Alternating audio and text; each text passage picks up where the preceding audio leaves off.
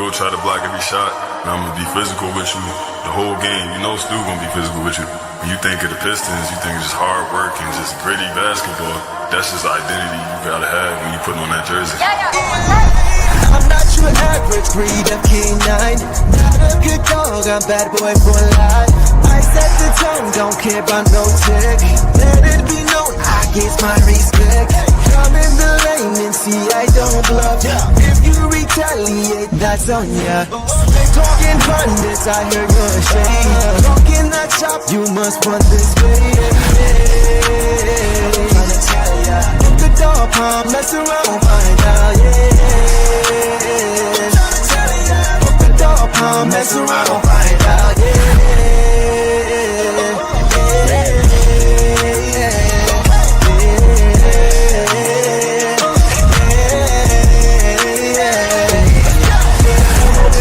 For some barbecue sauce, boy, you better crop a hill, cause I'm like that. When you're real for some barbecue sauce, boy, you better crop a hill, cause I'm like that. Mess around, find out.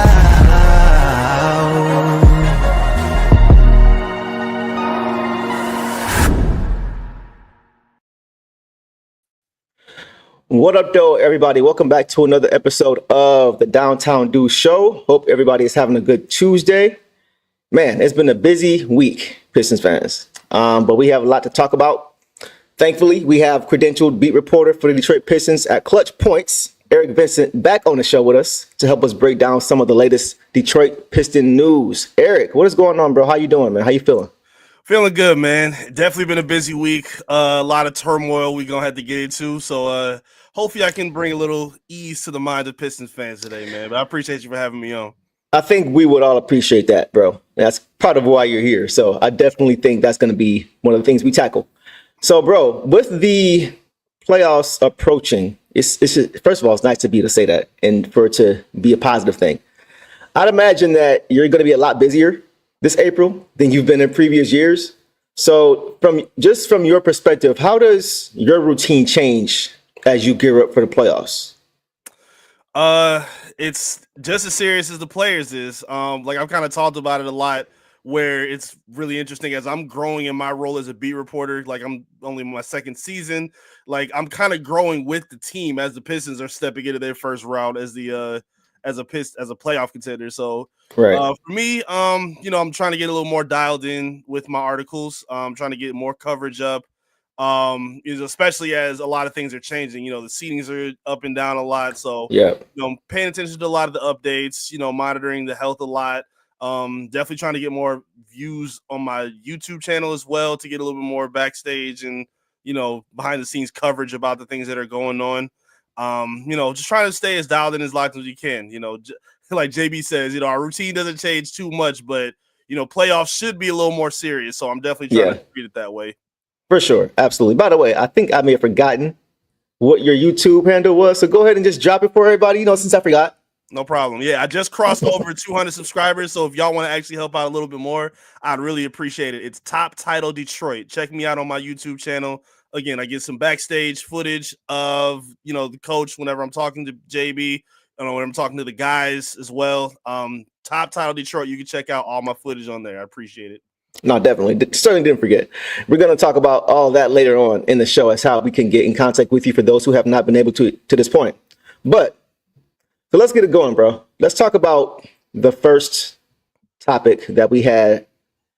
And it's pretty much just how things have really transpired, how this can be very impactful heading towards the playoffs. But the suspensions that were handed out post-brawl from the Detroit Pistons, Minnesota Timberwolves game. And it was very, very, for me, kind of perplexing as to why they decided to go the direction they did.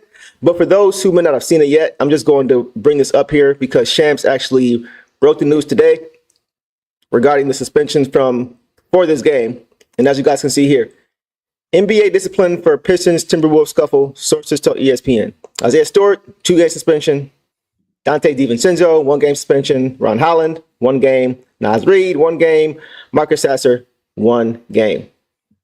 So before I even give my thoughts about this in these suspensions. I kind of want to hear from you.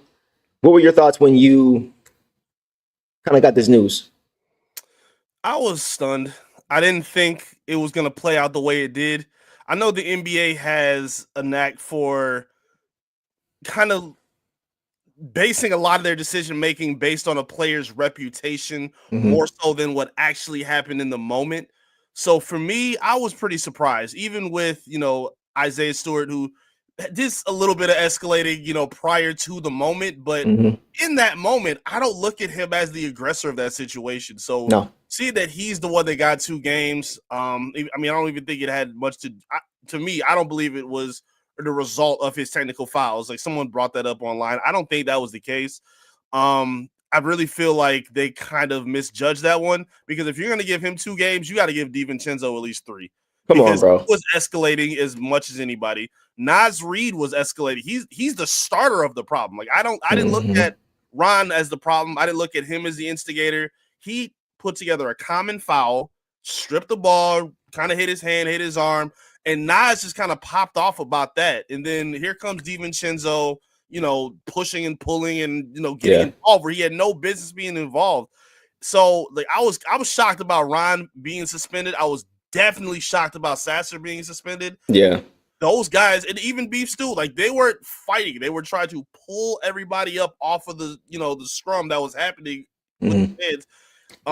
It didn't really make a whole lot of sense to me. I understand that they wanted to make the call because it kind of spilled out into the crowd. You obviously don't want to have a Malice at the Palace Part 2. Right. But it didn't really get to that, I don't think. And I feel like if you wanted to set the standard to make sure it doesn't, you should be going after the guys from Minnesota, because I think they're the ones who really kick things up a notch. I agree. I think the instigators, we see it so often in football where the flag gets called on the reaction, right? Right. We see it all the time. It's always the initiator that doesn't get caught. And so I think that's, with us having, technology where we are now with cameras and just so many different angles, there's no way you can really hide anything anymore. So that's what the booth is for. I don't think it's just for basketball plays it should be used. It should be used for these types of events too in the moment. So DiVincenzo, to me, obviously, along with Naz Reid, they should have gotten the most games for me. I don't understand how it plays out that way. I mean, Stewart's protecting his guys. Like you mentioned, I do think his rep does precede him. But I don't know why Ron got suspended. An ejection is one thing, but no punches were thrown that we could see, right? I mean, like, if you put yourself in that position, Ron gets walked up on by 2 guys.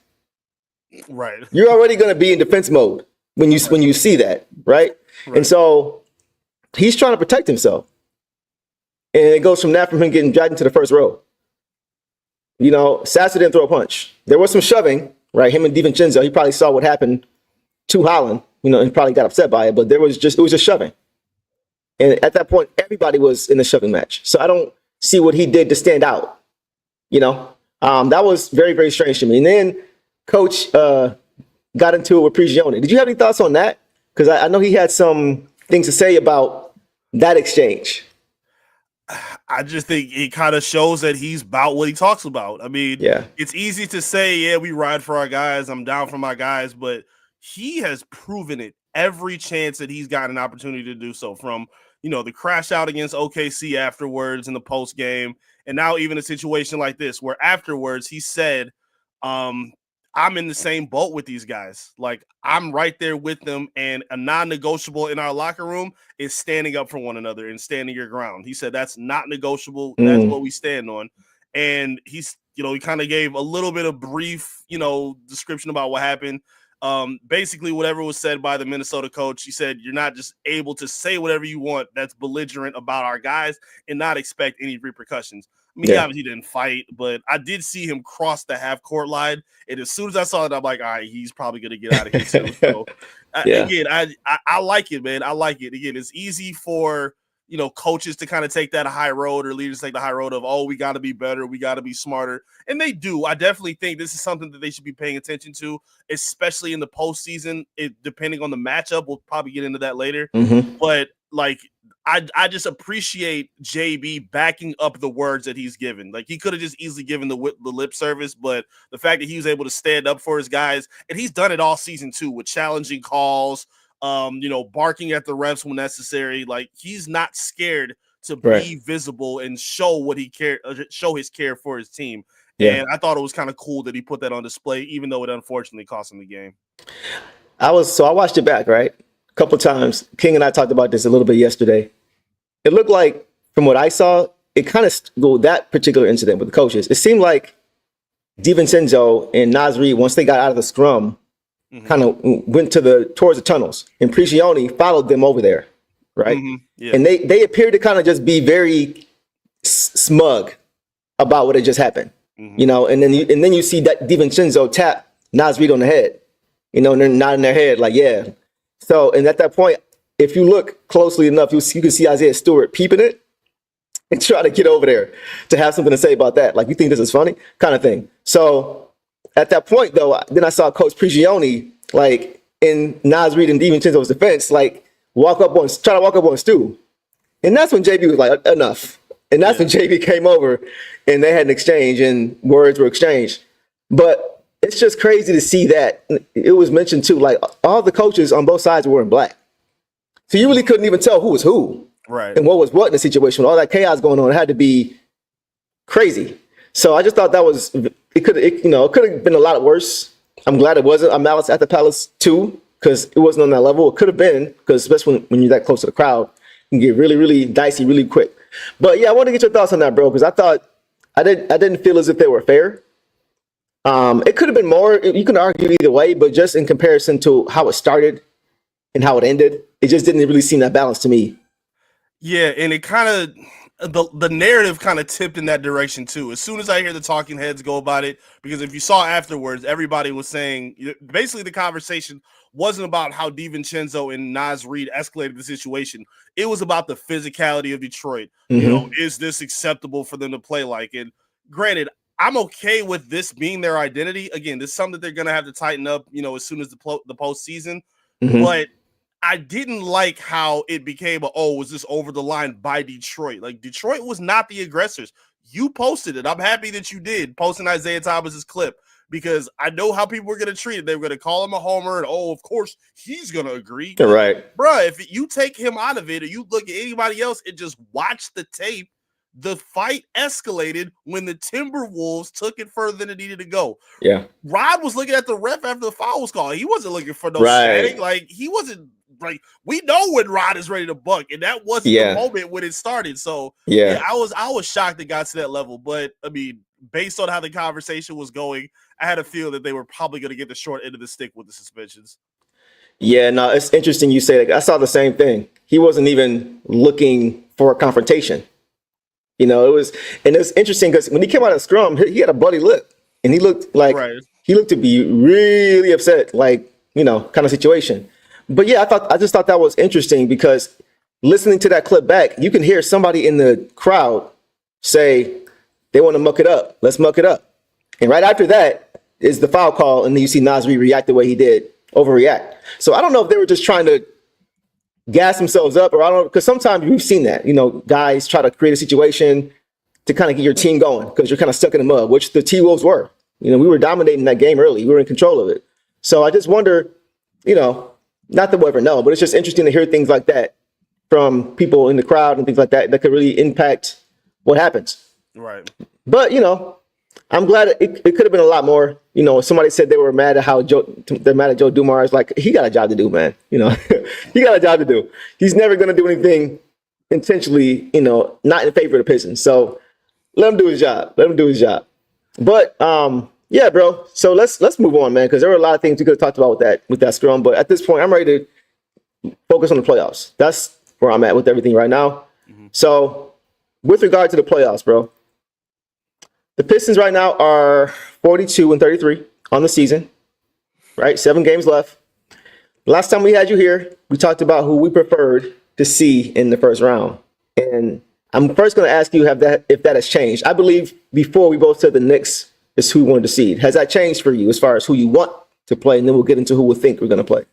Yeah, that's still the same with me. I'm still kind of thinking that the Knicks could look like a wounded duck heading into the playoffs, which, I mean, honestly, they probably might look at the Pistons the same way based on where they're at right now. But True. I don't know. I just think they still match up better with them than any other team in the postseason right now in the East, based on the three teams that they're most likely to play. But yeah, for me, it's still New York for their best matchup. I would have to agree, bro. So let's take a look at the Eastern Conference picture here. So yeah, I don't know. So right now we're at 5. It could happen, us getting the Knicks, but as of right now, I think odds are pointing to us matching up on the road against the Pacers. The odds are actually higher that the Knicks or the Pistons fall to 6 than they move to 4, because the Pacers are just playing really, really good ball right now. Yeah. And I think they're going to be hard to catch personally. And they hold the tiebreaker over the Pistons too, 3-1 on the season. So if they both finish with the same record, they still get win the tiebreaker. So even in that situation of just catching them, we still wouldn't be able to catch them. So I think they stay at 5. Where do you think the Pistons kind of play out here as we wind down toward the end of the season? I have a feeling it's probably going to end up at 5 as well. I do think there's a possibility where they could maybe fall back down to 6, which again obviously wouldn't be a terrible thing based on the matchup we want. I looked at Milwaukee's schedule, and I don't think it's impossible to think that they could catch the Pistons. I mean, they're only a game and a half back. Giannis is still one of the best players in the league. And looking at their schedule, I don't think it's super dangerous to a point where they might be able to get the Pistons.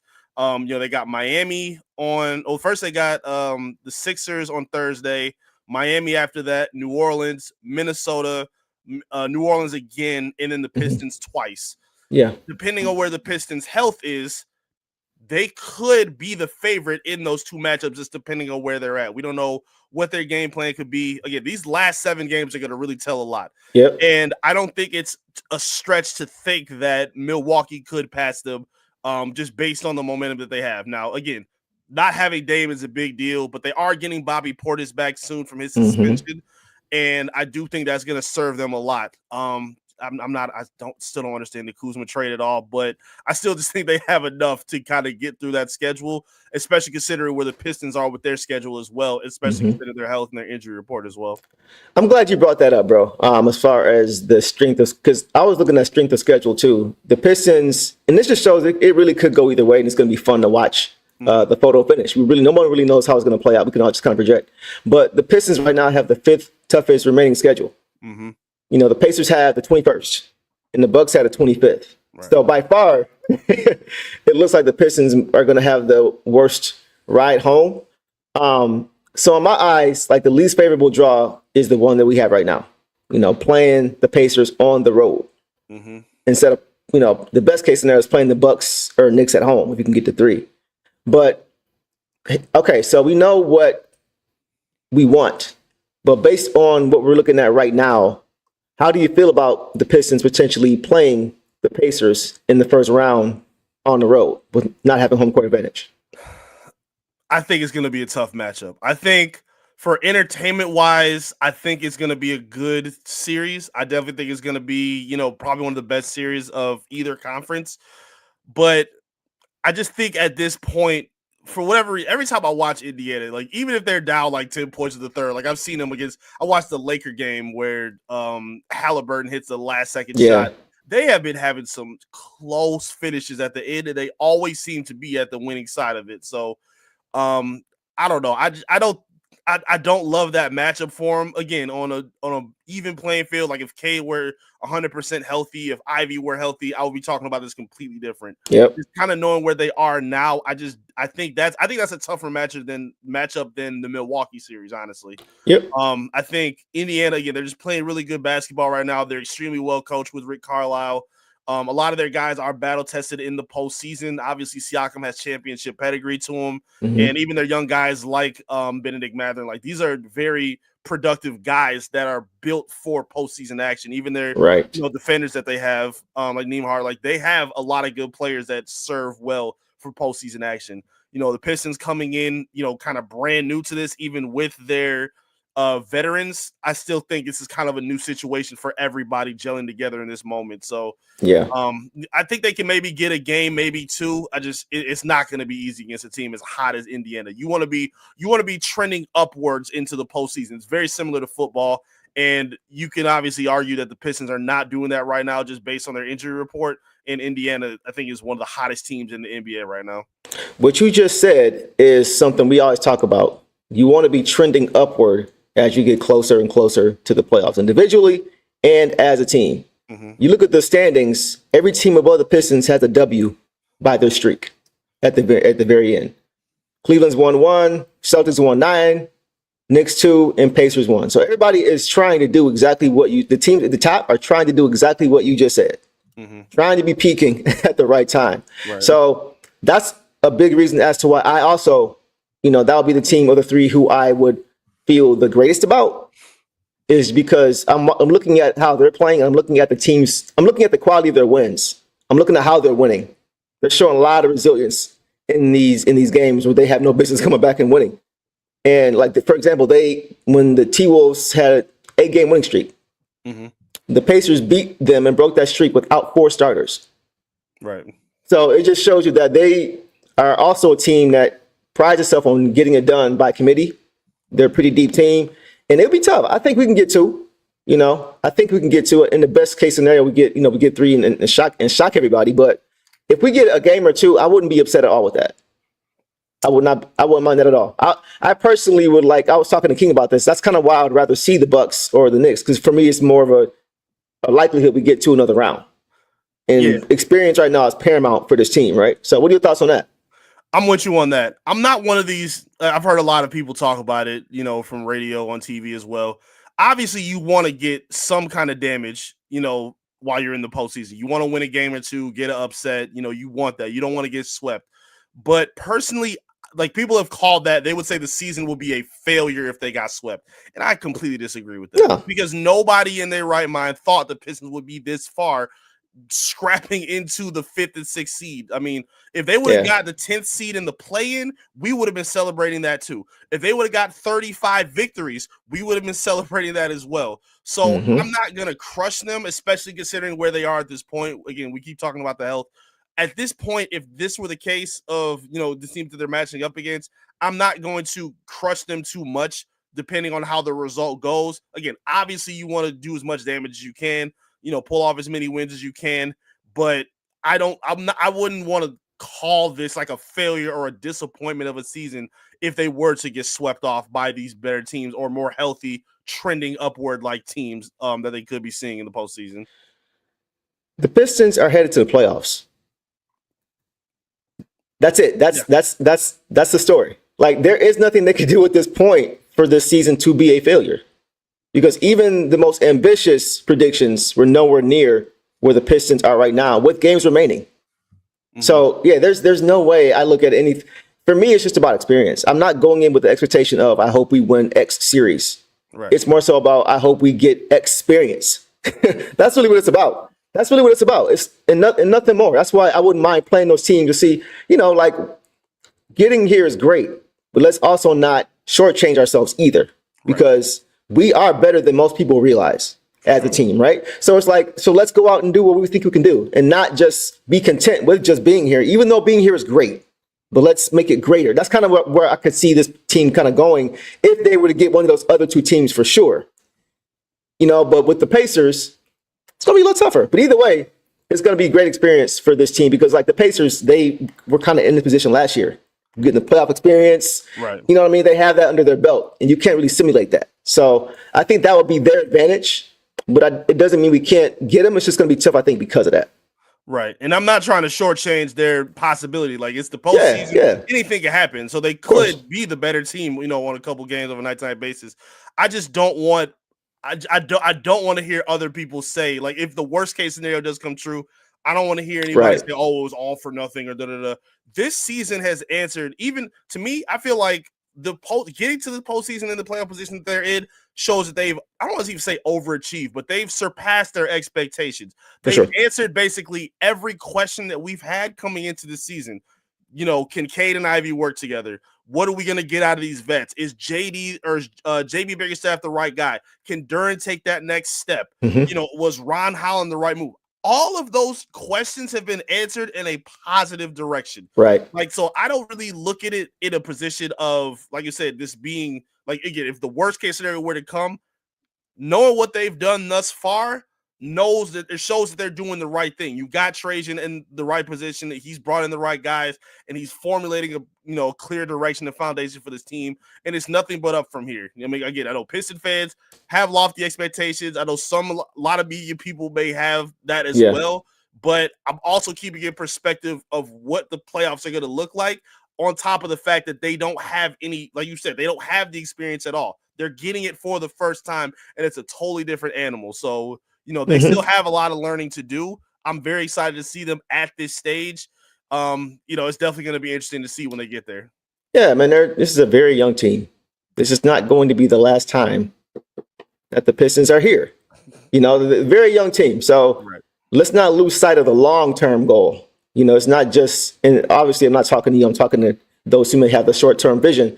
Right. It's not just about one season. It's not just about, being a flash in the pan. This Pistons, when they were always contending and successful, they had runs.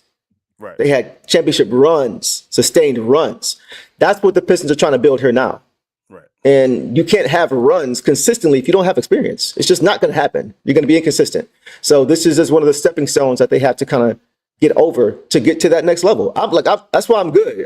We understand the steps. So it's like, this is just a step. So yeah, for me, everything now, bro, is just gravy. This is just gravy. Just getting to the playoffs, which many people didn't even see happening, including myself, possibly. I said 35 games. Who knows if that's going to get you there in the East. So yeah, it's great. It's been a great season, man. I just love the growth we've seen from this team.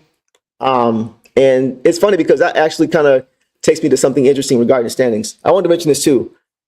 It's not set in stone, like you said, that we are playing the Pacers. There's still games left. A lot could happen. But when I was looking at the standings, I noticed that, like you mentioned, the Pistons could still finish sixth because the last two games of the season are against the Bucks, like you mentioned. Mm-hmm. A lot can happen in those two games, especially if the standings are tight. If we both finish with the same record, I believe that first tiebreaker is the head-to-head matchup. And we're currently 0-2 on the season against the Bucks. So the Pistons will have to win those last two games just to get to 2-2 in the tiebreaker, and they have to have a better record overall. Mm-hmm. But even if that does happen, like I mentioned, the next tiebreaker will be the division record, and the Bucks have a better division record. I think we're 5-9, and there's 7. Or we're 5-11. I think they're 7-9, something like that.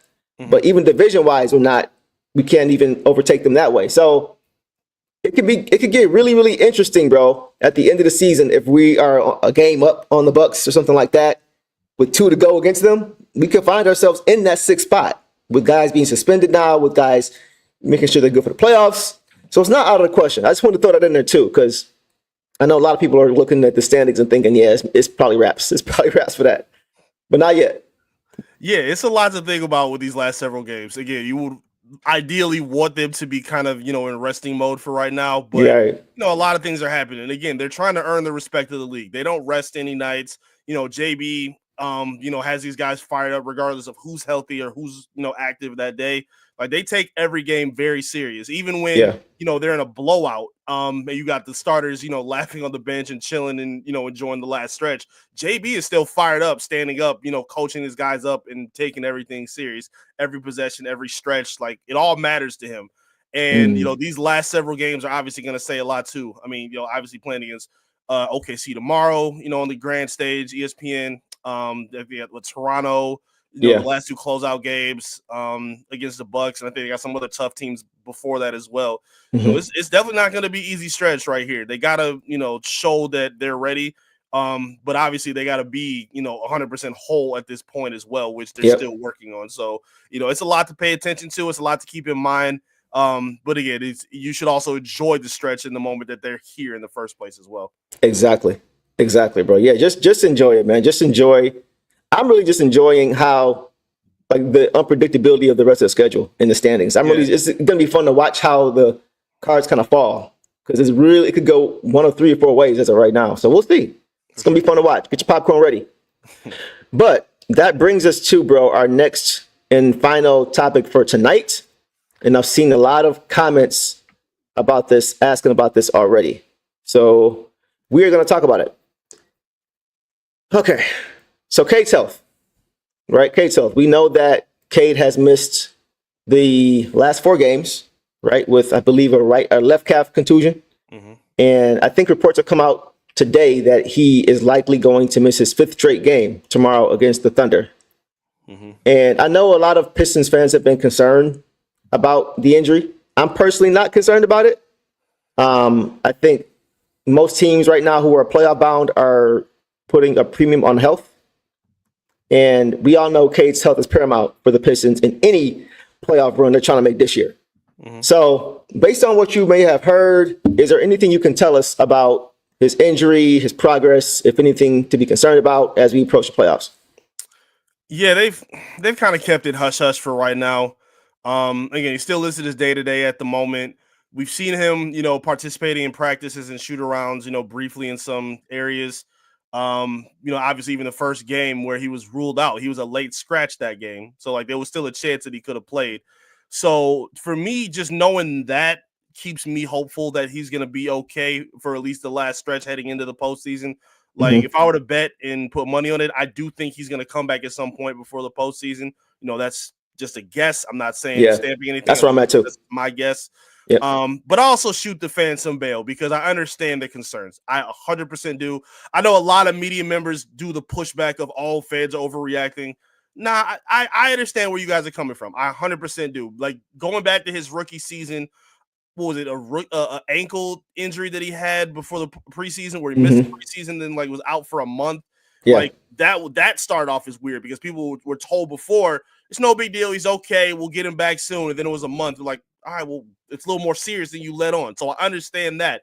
Even the second season after that, where he gets injured and during the West Coast trip, and Casey says, hey, we're just gonna rest him for a couple of days, and we'll get back to it, and he should be fine.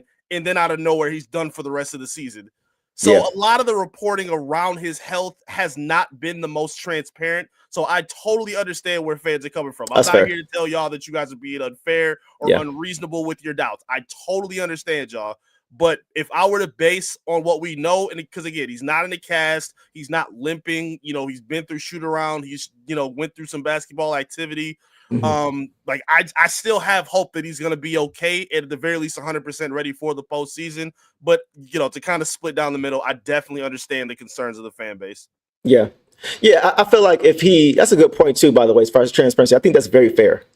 And if we don't see him until the playoffs, then I would be like, I know a lot of times guys are really just trying to prepare to play more minutes in the playoffs because rotations get tightened. So.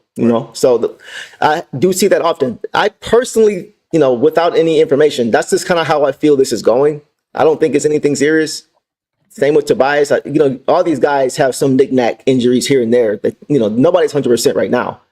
But I do think they're trying to get as healthy as they can, as they make their playoff. Because, think about even though they are a young team, this is a very physical team, right? Very, very physical, very taxing on the body. And then getting up and down the court, that requires a certain lot of stamina and energy mentally and physically. So like those kind of things, you got to be sharp. You want to be as sharp and fresh as you can playing that style if you're trying to make a deep run, right? We've heard that with, players from the 04 team and even the Bad Boys team, they said the same thing. Like it's a grind, but you got to get into the grind and you got to be prepared for it. So for me, I kind of just feel like that's what this is. I could be wrong, but like I said, if we don't see him at all until the playoffs, that's when I would be a little bit concerned. If we see him a few games before, just to kind of shake the rust off, get that camaraderie and chemistry back at the pick and roll with JD, like those things, then I'm like, okay, we're good. We're good to go. So I think we'll kind of just got to wait and see what happens in between that time. But I do think what you said is very fair about the transparency and the confusion that has kind of transpired in the past. I think that's fair for sure. Yeah, fans can only see so much. And even going back to the last game he played the entire game. Like he didn't have a collision where he went down against Dallas. He played the entire game, had a heavy workload, had a really good game stat-wise. So it kind of just came out of nowhere. Because again, I was watching his shoot around. He was in there with Duren, he was smiles, everything was just fine. And then out of nowhere, late scratch, and they've had a lot of late scratch removals out of the lineup as well. Right. And just knowing where Cade is too. I mean, he has a ton of responsibility on both sides of the basketball. He's not a guy where, like, even if he was going through a knick-knack injury, where a lot of players sometimes can rest defensively and like kind of camp out in the corner, you know, and not have to exude so much energy defensively. Cade doesn't have that responsibility. And he also is one of these stars that doesn't have another co-star next to him. So there's so much responsibility on him that it does make sense to give him a little more extra rest, even if he may or may not need it. Like, right. Like if you were to ask him, maybe, like, because he's an ultra competitor, and Yes. a lot of these guys want to play through the pain. I want to be there for my guys. I want to ramp up for the playoffs. But coaches have said that they're leaning on the expertise of the medical staff right now. Mm-hmm. And a lot of times, like, you played sports before, I played before, like, we want to play. We want to be out there. We don't want to miss no opportunities. Boom, boom. Obviously, we're not pros. We here on camera for a reason. But it kind of applies. The mindset is still the same. Exactly. It's the same thing. Like, they look at the same. If I could get out there, if I'm standing, I want to be out there, but, for the betterment of the team and for his health, it's best to not rush, especially when these games where I don't want to say they're meaningless, but they don't have as much significant meaning as the past, 70 plus games that they've been playing so far. So, just considering that, I think they're doing the right thing. Again, it doesn't, discount any of the emotion or the questioning from the fan base. Right. But based on what we're seeing, I do think they're doing the right thing by sitting him. And again, knowing that they're able to win without him too also should put a lot of ease to the minds of the fans as well. Exactly. Knowing that you're able to give Duran the ball on the block and get some extra touches. Seeing Asar be a lot more aggressive in finding his shot.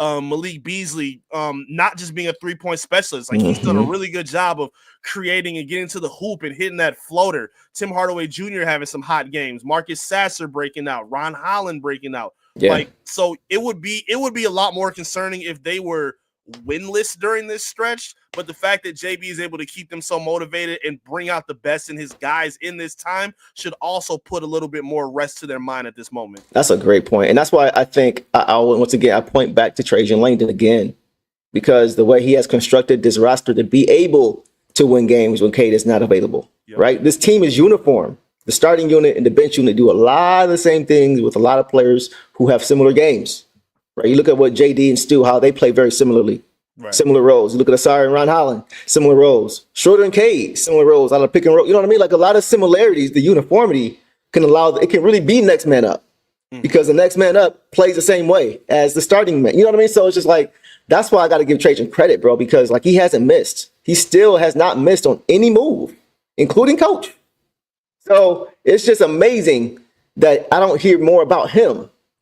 Not saying that we don't, but he moves in silence, bro. He's like I mentioned before. He's like official, like really like officiating in the basketball football. Like, if we don't hear from you, you're doing a great job. That's if you're not, you know what I'm saying? So it's just like he just is about his business.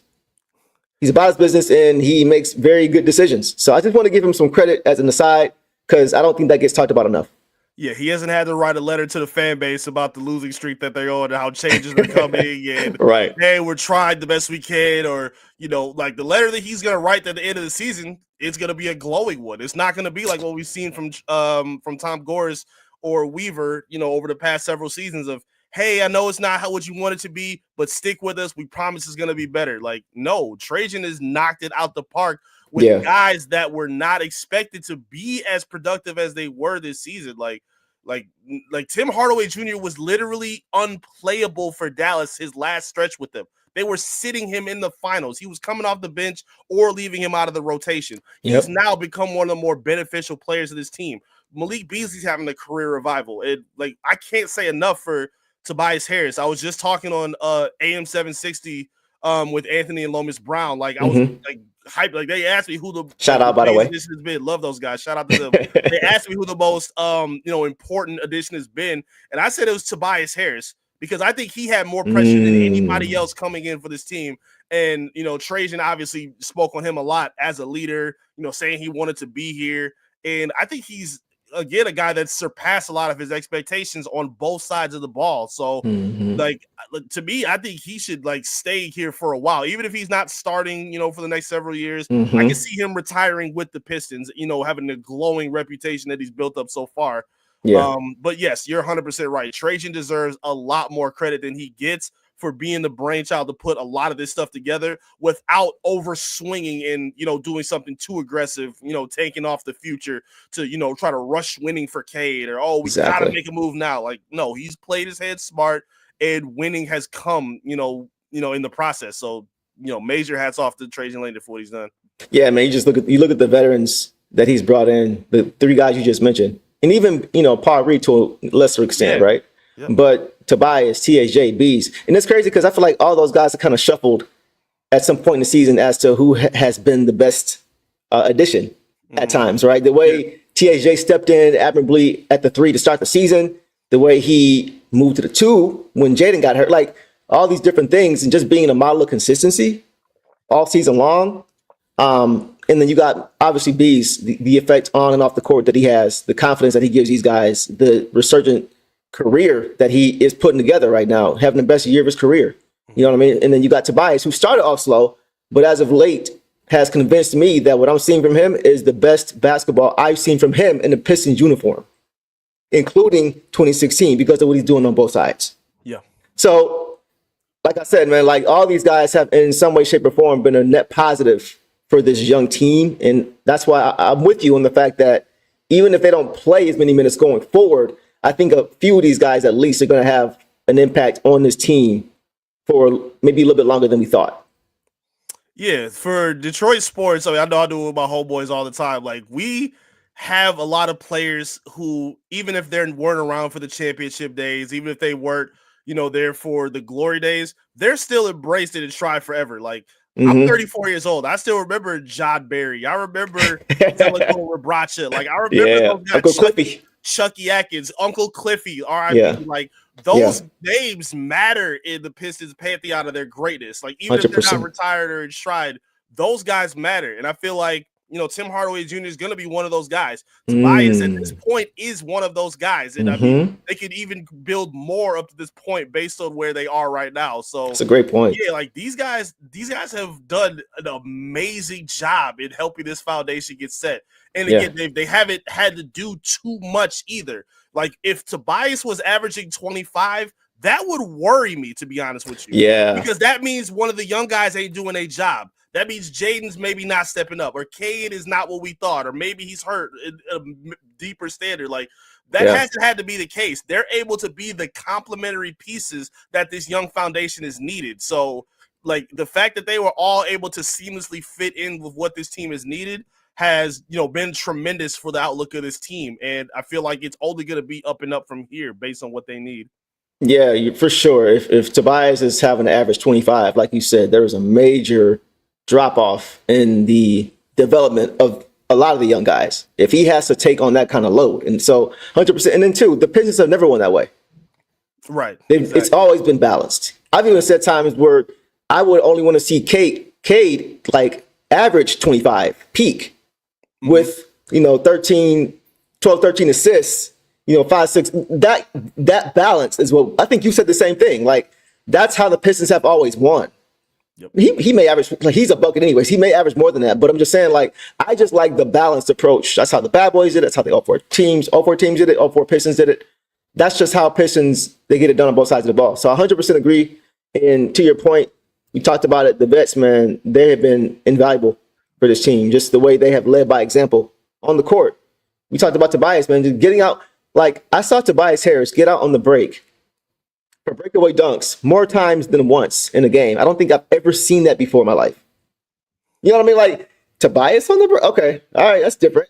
So just the effort and the willingness to commit to the role that JB needs him to play. Because he's not a physical guy by nature. He's a finesse player, but he's leaned into that approach. He's leaned in to being whatever you need me to be, coach. I got you. Yeah, Tobias might be one of the most polite dunkers in NBA history. Like, it works for him, that like little two-hand, soft finish. It works for him, but it all goes to the balance because it's adding into their identity, and it's, like you said, the roles that they need to be playing. And it's another reason why I'm so high on Cade Cunningham. Like, to me, like, yeah, I know Harden gets a lot of celebration for, the 30 plus, points that he scored. And, he definitely was a playmaker too, but the other side of the ball matters as well. And those guys were getting hidden like in the corner when it was time to lock up on some other stars. Luka, I look at the exact same way. Like, yeah, like some people will say like Luka's a better scorer, and I would agree.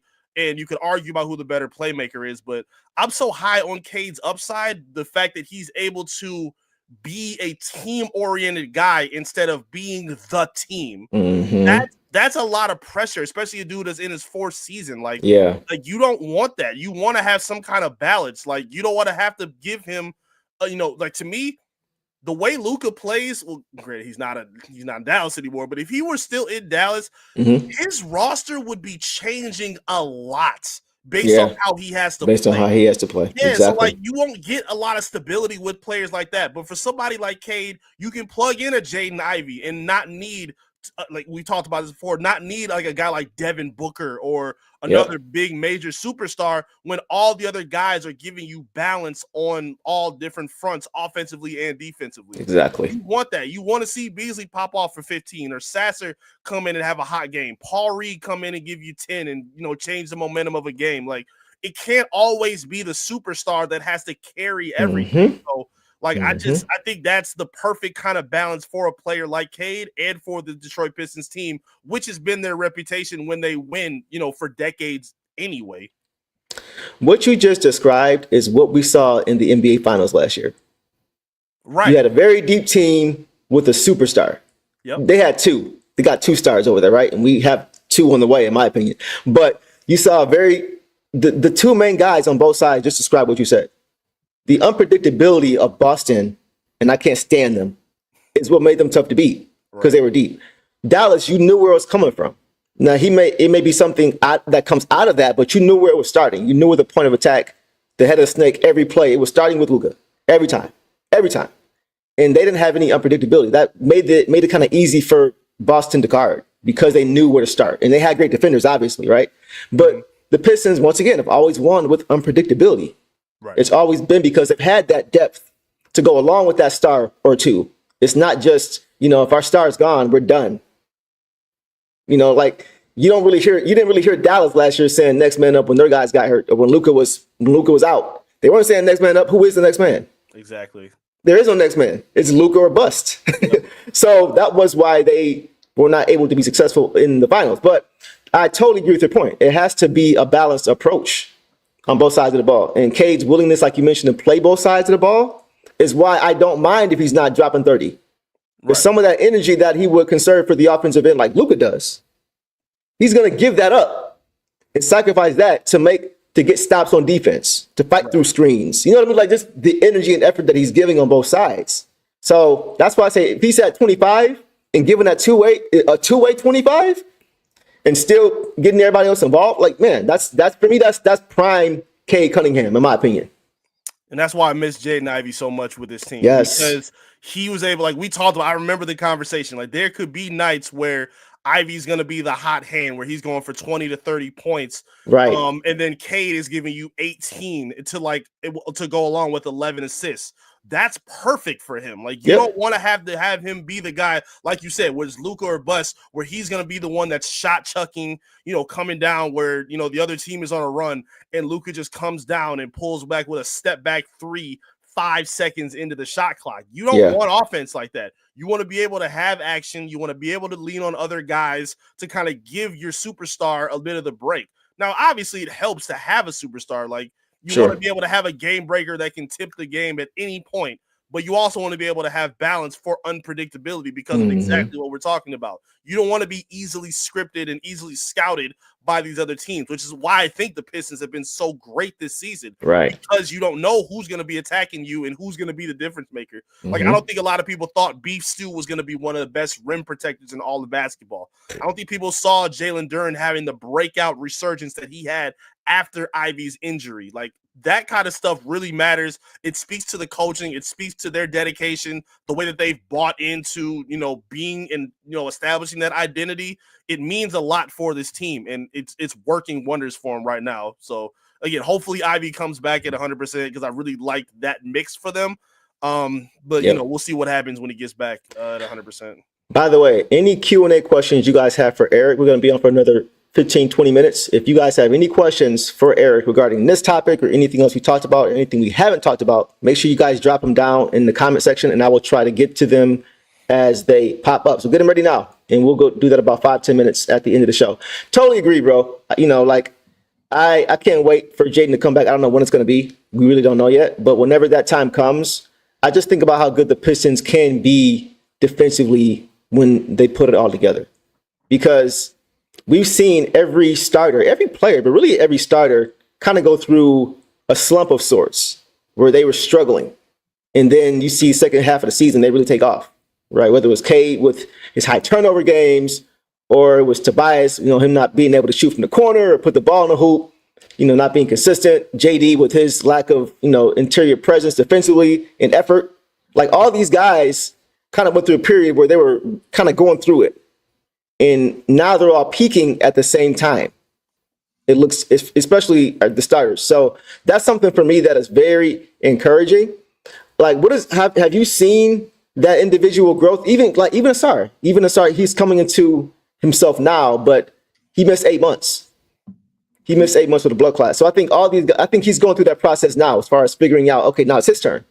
So like, have you seen that? And like in lieu with guys like Jaden, who was having the best season of his career, I think he was on his way to having the same type of trajectory that the rest of these starters are having. And that's why I'm really bummed out that we didn't get to see that from him. But just from an overall season standpoint, have you been able to notice, or have you noticed just the gradual trajectory and incline of these guys individually and also as a team?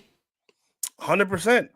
I think you look from top down, I think it looks like everybody is taking some kind of steps to show that they can be better, you know, for the future development of this team. Yeah. And again, it's outside of Cade. We all know what Cade has been doing, but again, the biggest question with Ivy was his jump shooting. And he was at a certain point, even with how great Malik Beasley was, there was a long stretch where Jaden Ivey was the number 1 3-point shooter on this basketball team. Yep. Jalen Duren's defense, that was a big question for him. And we've seen stretches where he can look like that elite imposing defender on that end while also being a complimentary lob threat for Cade Cunningham. Right. Asar, like, can we get any kind of offensive production from him? Yeah, it may not be, you know, the strict just like ISO scoring, but when you have JB Bickerstaff, who's creative and runs a lot of action to get his guys moving with easy buckets, so you see a lot of cuts from Asar in the corner to get easy layups and dunks when, you know, Duren has the ball in the corner, not the corner, at the free throw line, or when driving or a DHO. Like, yeah, you see a lot of that. So I think we are seeing a lot of those questions get answered. You know, can Tobias, you know, provide anything for this team? You know, I think maybe Beasley and Tim Hardaway, like, they're the swing players where, you know, if whatever we can get out of them is a lot of extra, that helps. So before Ivy's injury, I think that's what made Malik so dangerous. That's what made Tim Hardaway so dangerous, because they're not guys you want to rely on as heavily on a night-to-night basis, but if they do got it going to help out with the other foundation guys, that makes the Pistons so dangerous. And I think we saw a lot of that this season while Ivy was still on the floor. Yeah, I can't wait to see him back on the court, bro. Like I was just watching a few. You know how on YouTube it gives you a recommended video. So the next one that comes up is Jaden Ivey highlights, and I'm just like, just watching this dude, bro. I'm just like, man, when he comes back, bro. Like, I think people are just really just kind of forgetting the same way they forgot when Asar was hurt or was out with the blood clot. Like, sometimes it's like if he's not in the present, you kind of forget about him, you know, being in the public eye. You don't kind of forget. But just watching him, bro, it's just like, man, it can get really spooky next year with this team, just with the guys that we have already on this team. Like, just the things we've done without him and being able to get him back and then having a chance to see him make his leap like all the other guys did. Maybe I think defensively for him, he's really going to make his biggest jump.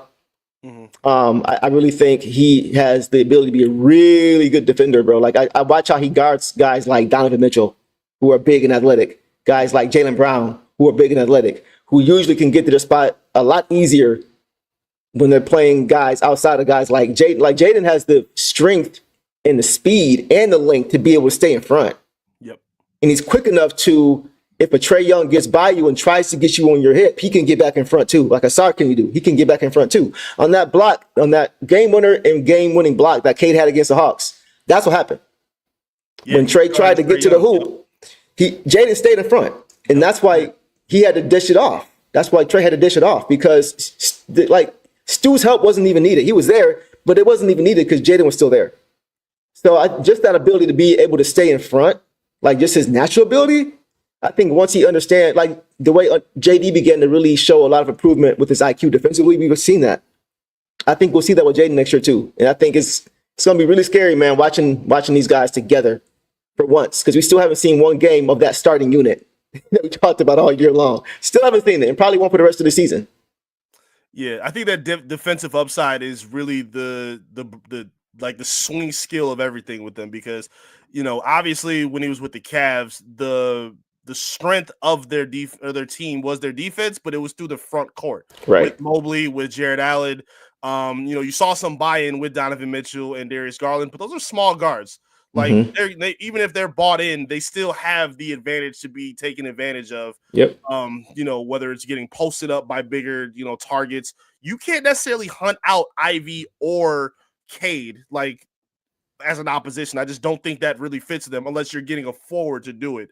Right. But again, they're big and strong enough where they can hold their own, and they have guys that are athletic enough that can help cover the back when they have to. So like that changes so much with this team. I totally agree with you. I think we saw a lot of great buy-in from Ivy. Again, even if he needed to work on his on-ball defense, his ability to play passing lanes and create that transition opportunity that JB loves with this team, I think he takes it up to that much higher of a level. Again, that's even if he's not a dominant or elite level on-ball defender. He doesn't necessarily have to be, but he does have to be dialed in, play smart off ball, you know, don't lull and get too low when, you know, allowing other shots for, you know, open shooters. And I think he did a really good job of that. I love that you pointed to that Hawks game too, because while Cade got a lot of the credit for the block, people forget, like you said, the most dangerous person on that floor was Trae Young, and Jaden Ivey was matched up against him, and he forced him to give the ball up. We saw after that in the next game where he took that shot on Malik Beasley. He said, I'm not giving it up this time. You know, Ivey did a good job of sticking on him, and I think he's been a little bit underrated as a defender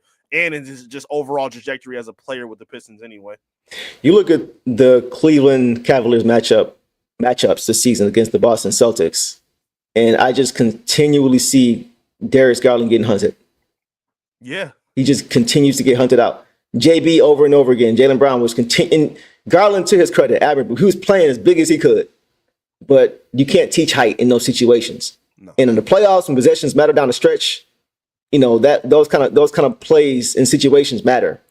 And I think that's, you know, our smallest guard, starting guard, is bigger than Cleveland's biggest backcourt guard. You know what I mean? Like J.I. is bigger than Donovan Mitchell. You know what I'm saying? So it's just like that could be a problem for teams like Cleveland. And that's why I think the Pistons are in great shape, because we have a very big starting five. You know, not just like you mentioned, the Cavs had a great front court. They do have a great front court defensively because their backcourt is so limited, because there isn't as much resistance at the point of attack. So they have to have it somewhere. And that's what they decided to invest in defensively, because offensively, the backcourt is great. You know, so you don't want to mess with that if you don't have to, but you got to make sure defensively at the rim, you're very, very good. And even your wing is good for help side situations. So I think the Pistons don't have to balance that. If they keep it how it is now, you can be great in the front court if you go and get a guy if you think you need to at the 4, right? Like I've talked about before. And then your backcourt is big, strong, and long and quick enough, you know what I mean, to at least provide resistance. So that's why I think the Pistons are in great shape with the team they have right now, because they have a lot of those athletes and guys that they can really just deploy in different situations and not really be at a disadvantage at any time. Yep, we have no idea how good this, this core can be. We've seen a little glimpse right now. Again, there's still room for Cade to grow as a player. There's still room for Ivy to grow as a player. Asar still has a lot of room.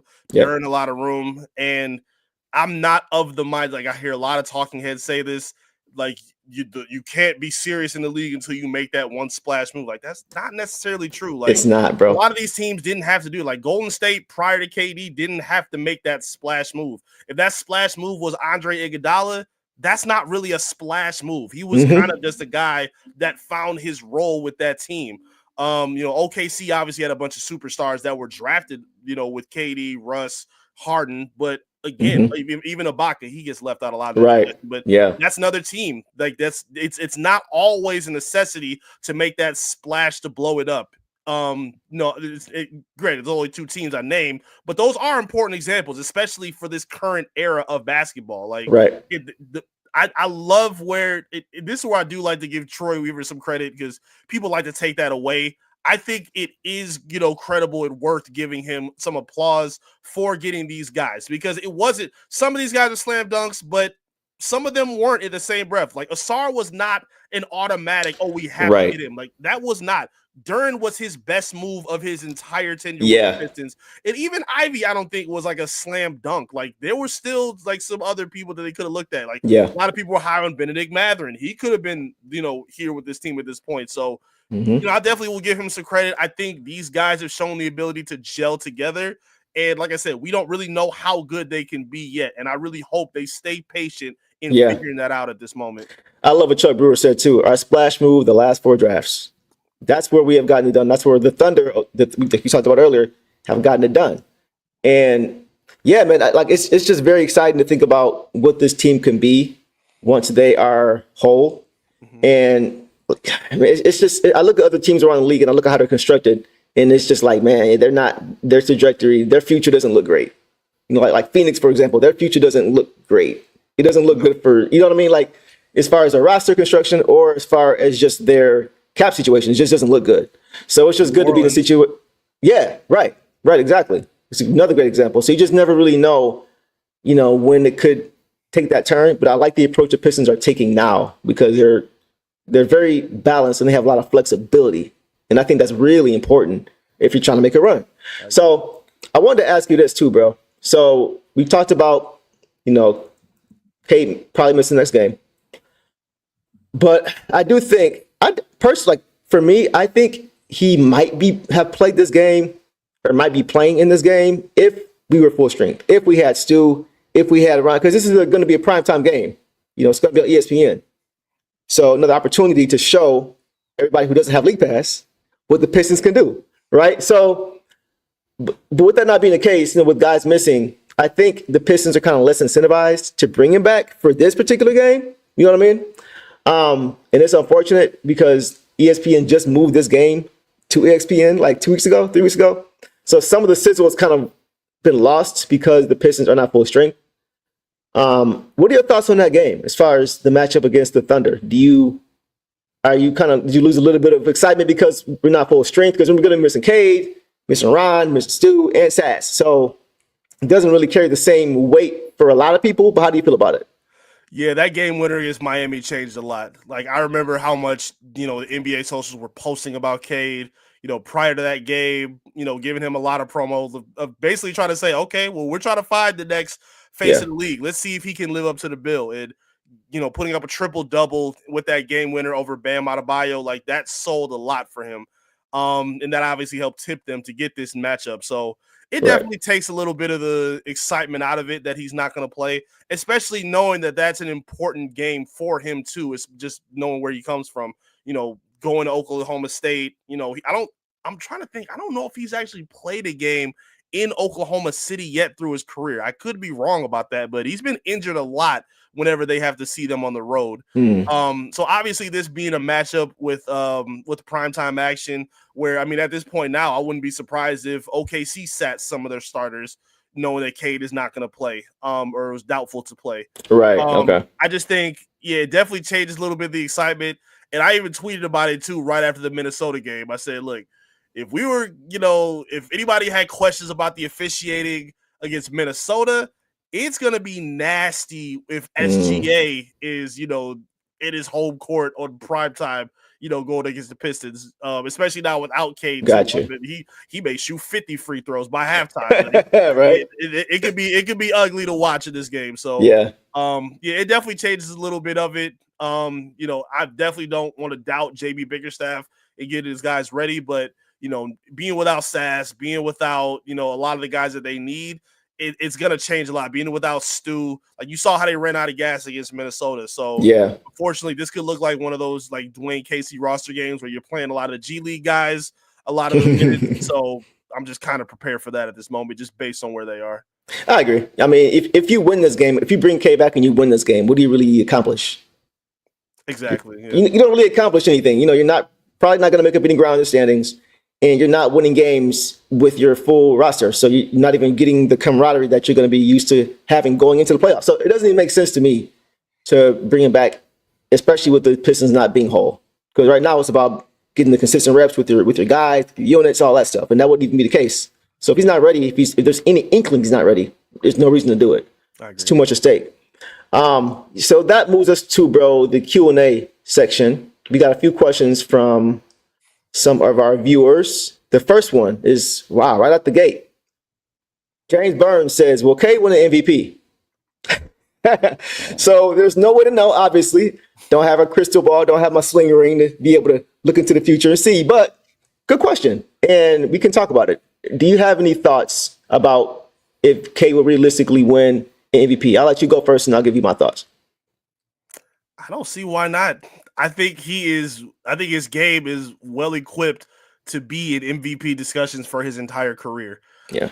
Again, I've always said that he has LeBron-like responsibility to the Pistons. That doesn't mean I think he's going to be LeBron. I'm not saying he is LeBron. I'm not saying any of that. But based on how LeBron has always played in his career, he doesn't have any. I guess maybe now that he has Luka, he's never really had the ability to kind of just rest or take some areas off in the game. Yep. Hey, Brian, we need you help scoring. We need you help on defense. We need you to rebound. We need you to play make. We need you to be a leader. We need you to do everything. And I think Cade is fantastic at all that. I think, again, especially considering the fact that he's done it without another star next to him, I think that really stamps it more than anything because, I thought he was going to put up good numbers. I tweeted that I thought he could hover around 10 assists this year, and he's doing that. But everything else that he's been able to do with keeping his rebounding high, still being a very underrated defender, I think he's really, really good on ball. I definitely think he has the makings of being an MVP. Again, I think he's been at worst third best point guard this season. I think he should be first team All-NBA. And those are the guys that get the discussion for, MVP. So I don't see why he shouldn't be in those conversations for the rest of his career at this point, as long as they're winning. I think that's a very good take. I'm just sitting here thinking about it as I'm listening to you. And I could be wrong on this. I personally think Cade will have to win a finals MVP before he wins a regular season MVP. Okay. I see what personally. And I think everything you said is correct. I think time-wise, it would have to work out that way, the same way Chauncey wasn't an all-star before he won finals MVP. The recognition never came until after the fact. The same with the season. Like, he's just now getting respect. Right. Because the Pistons are now winning. He's never been thrown a bone, right, in the NBA. He's always had to earn it and then wait for the reaction, which is fine.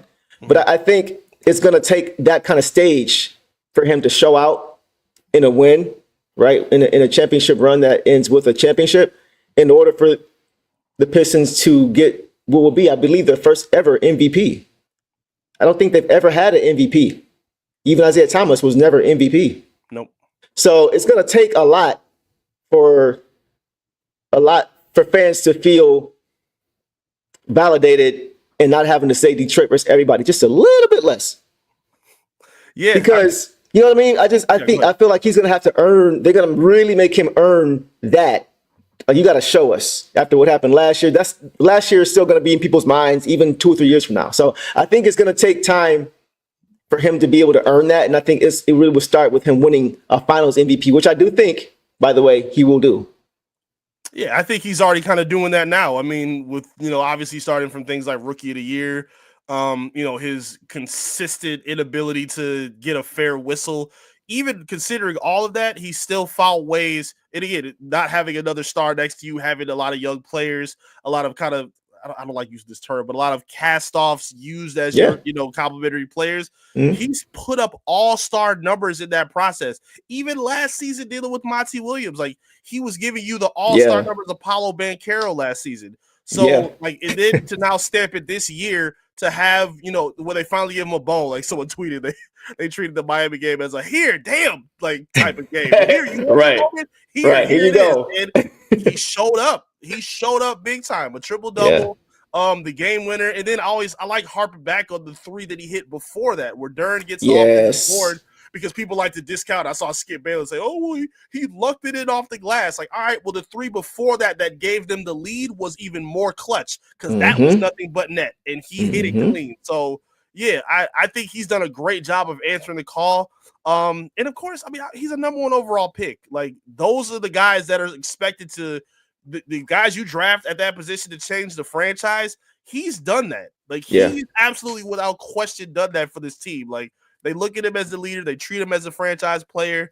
And a lot of his numbers in his play has been rewarding for this franchise. So, I 100% think Cake is worthy and capable of winning an MVP. Yeah. And I feel like the league wants to push him to be one of the faces of the league. It just has to be under the right optics when it comes to how Detroit is viewed nationally. Right. That's kind of how, because we always get a bad rap. And I think they want to elevate Cade. They just want to make sure that it's packaged a certain way. You know what I mean? He's got the look, he's got the cachet, he's got the suave, he's got the personality as far as being very balanced and level-headed. He's a good brand for a good representation for the NBA, of the NBA. You know what I mean? That's why you hear guys talking about him potentially being on the next dream team in the Olympics. Not the dream team, but the next Olympics. So like he fits the bill. So I think once the Pistons start winning consistently, I think everything else is there, basketball wise, and because like you mentioned, his responsibility and his impact on winning, right? As a Pistons, we've seen his impact on winning along with other things, but his impact on winning this season has been ridiculous. So I think all the pieces are there. They're in place. The Pistons just have to keep winning. And I think they had to win on the biggest stage in order for him to get over that hump of being the first Piston ever to get that coveted MVP. That would be amazing, though. Yeah, quick comment. I think I see it in the comments right here. Yeah. If Cade were on any other team, if Cade were with the Knicks, if the Knicks got this number 1 pick, he would have been on every billboard already. He would be a number 1 conversation on First Take every single day. Yeah, Cade would 100% be pushed to the moon, but because of this, stigma for Detroit sports, he has to overprove himself, even as a number 1 overall. Exactly. Pick. Like, even look at Zion when he went to New Orleans. Like, I love Zion's game, but like they still pushed him pretty heavy, even for being in New Orleans. But I think Cade is now finally in a position where he's turning some heads and people are starting to understand how great he really is. Yeah. Great point, bro. So we'll leave that there. I do think he's going to get it. I think we would probably agree that he's going to get it at some point. But we'll wait and see. Good question. Let's get to a few more, get to as many as we can, and we'll call. I'm not trying to keep Eric all night. Just chatting says, where can I find JB's pregame interviews, the full video, not just the clips? Doesn't the Pistons official YouTube, don't they have them? I thought they had the postgame interviews on their YouTube channel, if I'm not mistaken. Yeah, they post the post games. The pre games normally I don't think they post. We as beat writers will post the clips that when we can. I can try to find a way to get the full length of it. I definitely keep those on my phone when I can. So follow me on my YouTube page, Top Title Detroit. There you go. Pre-game videos or the interviews from JB. I'm gonna start posting them for you guys on there. And I'll drop a link of all of his pages in the description so you guys can get there easily. Next question, Eastside Meach. If Allen Houston stays, does he change the trajectory for Pistons history? Maybe Grant's usage isn't as much and he has a full career with Hunter and Ratliff. So you're saying if that's interesting. That's a throwback. Okay, that's a really good point. If Jaden gets a chance to play with Cade for longer, is what you're saying, basically, in this situation. He doesn't have to do as much. That's interesting. That's an interesting question. Yeah, it's a very good question. Go ahead. I like Allen Houston a lot. Yeah, he was one of my favorite players. Even when he went to the Knicks, I really just always loved how gritty his game was. Just a super underrated scorer. Yeah, I think it's fair to say that if he stays, it could change, tip a lot of things. He's definitely one of those what if kind of guys. You can even throw in a Jerry Stackhouse in the same exact kind of conversation because those are two like some of the more I think underrated players in NBA history. So, Yep. yeah, you can definitely make the argument for it. I mean, yeah, I don't think Allen Houston's a name that's mentioned a lot within the Pistons franchise, but Yeah. yeah, he was a dog. I really loved watching him play when I was younger. Totally agree. Totally agree. Good question, Eastside Mitch. That's a good one. Taking us back a little bit with that. Ryan Bozeman says, thoughts on Hardaway this summer? I think, yeah, what are your thoughts on that? What are your thoughts on THJ as far as with the Pistons? We talked about it a little bit, but I think he's going to be here for a while. Even if his role is not what it is now, I don't see the Pistons bringing him and his father home and putting his father in the front row of every game just to, all right, see you later. Like, that kind of feels weird to me. So I think he may be here for another, at least 2 years, or maybe 2 years, and just kind of be more of a mentor as the young guys like Jaden continue to grow, and he can help them kind of understand the game with experience and things he's seen in his career. I think that will be something where he becomes more beneficial for this team if he stays past this season. What do you think? Yeah, he's on a 1-year deal. He's 33 years old, and I think a lot of it kind of depends on Jaden Ivey's health. I think if he comes back and he's 100%, and if he still has that shooting prowess and he still has that upside, that we're high on, I think it maybe could spark a different conversation on where Tim is at this point. Again, I'm just speculating here. I don't know. It's not inside information. I'm just, spitballing at this point. Basketball wise, I don't know. I just think I always said this season, I think just having him and Beasley could be kind of repetitive if they're both coming off the bench. It fits a little bit more because Tim is starting and, Tim comes off Tim is starting and Beasley comes off the bench normally. So if you were to have both of them, especially if you're going to pay Beasley the money that we think he's, going to be due, I think that would be maybe a little bit redundant. However, it is important to have those kind of veterans on this kind of team. Especially even if it is under like a leadership kind of role for the team. Obviously he's a competitor. He's going to want to play, but again, I think a lot of it is going to depend on where Ivy is in his recovery. Like if he's ready to go and he's still the same guy that we saw early this year, I can see them maybe just leaning on him and saying, hey, this is going to be our direction. We want to, kind of lean on our young guys. It is what it is. But I do see a place where maybe they still want to keep Tim around just for the betterment of the franchise because they care a lot about that team chemistry in the locker room. Right. Yeah, absolutely. Yeah. And like I mentioned before, bro, that's a great point, by the way. The vibes, I've not seen the vibes this high since the 2000s. I've never seen a team with this much camaraderie. Like, just as far as they like each other. You could tell they just like being around each other. Yep. You can really see it's a brotherhood. When you see Coach Bickerstaff, running to the court because, he's trying to protect his guys. It's like they're not just his players. It's almost like he views these as guys as his kids in a sense that he's really protecting them.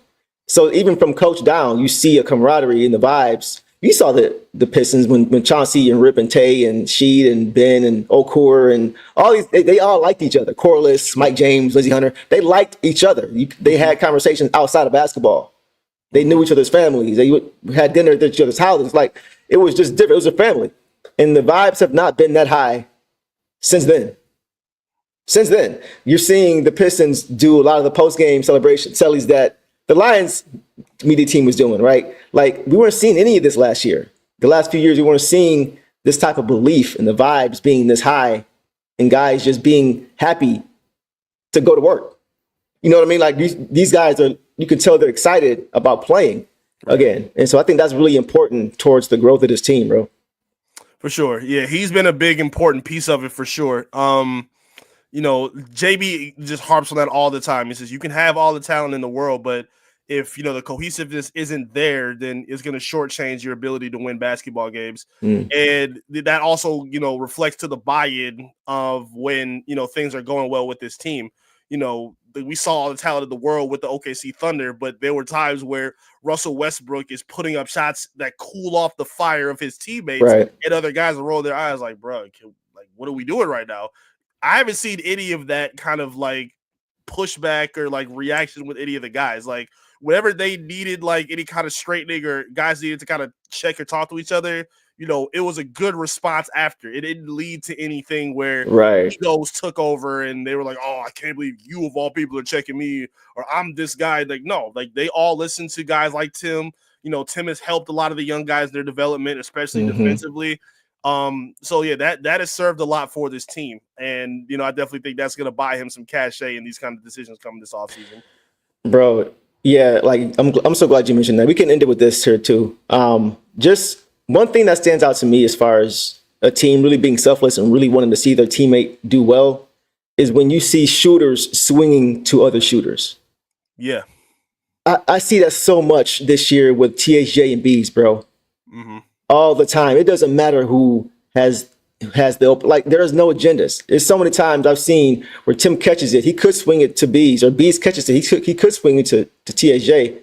But because he feels he's one of the best shooters in the world and he's got the open shot, you're not left with him taking a shot that he could have gotten to his teammate. The shot doesn't go in. Now you got THJ in the corner like this.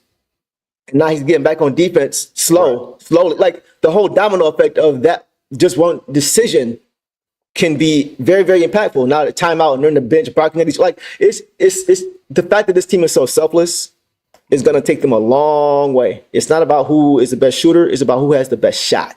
Yeah, I love that about this team. It doesn't matter who. Even Fontecchio does it. We see he moves the ball. Like, all these guys are trying to buy into just making the right play. And I think that goes a long way with what you're saying as far as the vets, instilling that. And because you got two of the best shooters on the team are those two guys. Right. So if you're seeing them playing hot potato with the basketball, swing, of course you're going to be like, well, hey, he got a better clip than I do. So if he's doing it, I have no excuse. You know what I mean? So it's just like, I think the example they set by doing this things like that can go a long way towards it translating on the court for these young guys long term. For sure. That was one of the bigger plays against the Knicks, I think, in that second that was time the one with Madison Square, where Tim had plays. That look, and then he swings into Beasley in the corner. He hit two of those kind of threes that put him over the edge to get that win. Those are the biggest staples of the season. Exactly. 100%. That's a great example, because without those 2 threes, we don't win that game. Bingo. 100%. And without Tim swinging it, we might not knock down both of those shots. So it's just like, he could have, because he gets hot, but it's just the point of being rewarded for making the right play. And he was, and they were. So I love it, man. I love what I'm seeing from this young team. I appreciate you guys' questions. Good questions. So anything else you got for us, Eric, before we get out of here, man? Just remain patient, man. Again, it's a great time to be here. Obviously, again, the Pistons are playoff bound right now, postseason bound. It's going to be a new energy in the building. Turn up the LCA if you can. The energy is really tipped and made a huge difference, with the exposure that this team is getting. Keep rallying for the team, keep supporting, your local content and media creators, that are trying to build these kind of platforms, because idiots like Shaq are not going to do it. So please support guys like Deuce, guys like myself. We're trying to give you guys the best coverage we can, because Detroit deserves it more than anybody. That's it, man. Y'all heard from your boy. So like I said, bro, we appreciate you coming on, man, hanging out with us again. It's been fun and insightful, as always. For any Pistons fans who are currently residing under a large rock or a medium-sized boulder, where can we find you, bro? Yes, tap in with me. My social media is I am Eric Vincent. I love talking up on Twitter. Use my Instagram when I can. All my socials at I am Eric Vincent. Again, you can follow all my work too on clutchpoints.com. All my articles, my recaps. My editorials are on there. You can check out clutchpoints.com. And again, subscribe to my channel on YouTube, Top Title Detroit. Pregame coverage, postgame coverage, warm-ups of the players. I like to get those clips up, those highlights whenever I can. I do my own reactions to, the big highlights and big moments of the season as well. Yeah. And I'm, splashing in some other stuff too, Lions coverage, wrestling coverage, music, whatever I want to pop in there. So Top Title Detroit, you can subscribe with me on there, man. I would really appreciate the support from y'all. Absolutely, man. Eric just dropped a great article detailing the events leading up to the brawl we just talked about. And he's got these, he drops these daily. So if you guys want to stay up to date with what's going on, everything Pistons, you definitely want to be tapped in with these, because these are great reads, y'all. I'm not gonna scroll, so because y'all gotta actually go check it out. I'm going to drop a link in the description for everybody to check that out, though, because that article, like all those other articles, are really, really great. So just wanted to shout you out for that, bro. Absolutely, man. And like I mentioned, thanks for coming back on, bro. It's always fun to have you here, and we definitely are going to have you back in the next week or two as we gear up for what will hopefully be a clear playoff picture. And for my Pistons fans out there, for our Pistons fans, we are a little bit over, 2 weeks away from our first playoff appearance in 6 years. So let us know in the comments how you are feeling about that. And as always, we appreciate you guys hanging with us. And Detroit versus everybody. We out of here. Peace.